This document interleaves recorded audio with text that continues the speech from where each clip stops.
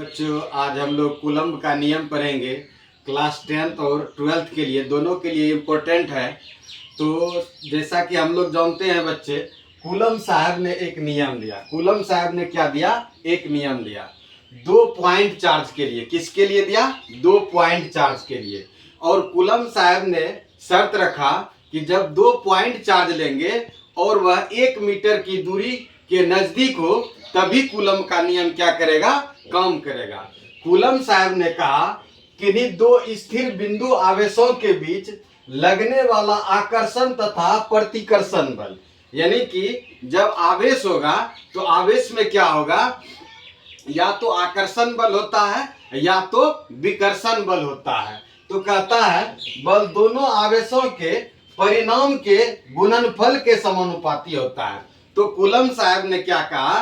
Coulomb साहब ने क्या कहा? यदि 2 बिंदु आवेश है, यदि 2 पॉइंट चार्ज है, तो दोनों आवेशों पर जो बल लगेगा दोनों चार्ज के गुणनफल का क्या होगा? समानुपाती होगा। और कूलम्ब साहब ने कहा जो उन दोनों चार्जों के बीच की जो दूरी है वह दूरी क्या होगा? बल के व्युत्क्रमानुपाती होगा। कूलम्ब साहब ने यही कहा। अब देखो हम लोग बच्चों देख सकते हैं F बराबर F समानुपाती Q1 Q2। F समानुपाती क्या है? Q1 Q2। F समानुपाती Q1 Q2 और F व्युत्क्रमानुपाती 1/r² है।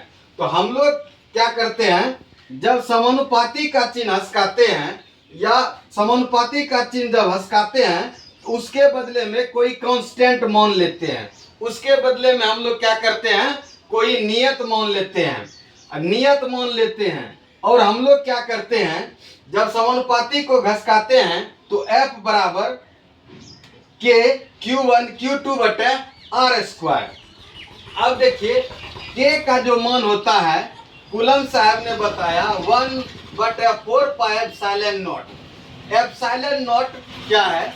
एप्सिलॉन नॉट वायु या निर्वात की विद्युतशीलता है। यानी कि जब एप्सिलॉन नॉट क्या है? वायु या निर्वात की विद्युतशीलता है। K बराबर 1/4πε0 का मान होता है 9 गुना 10⁻⁹।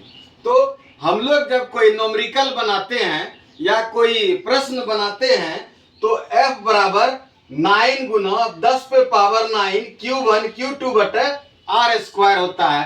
थैंक यू बच्चों।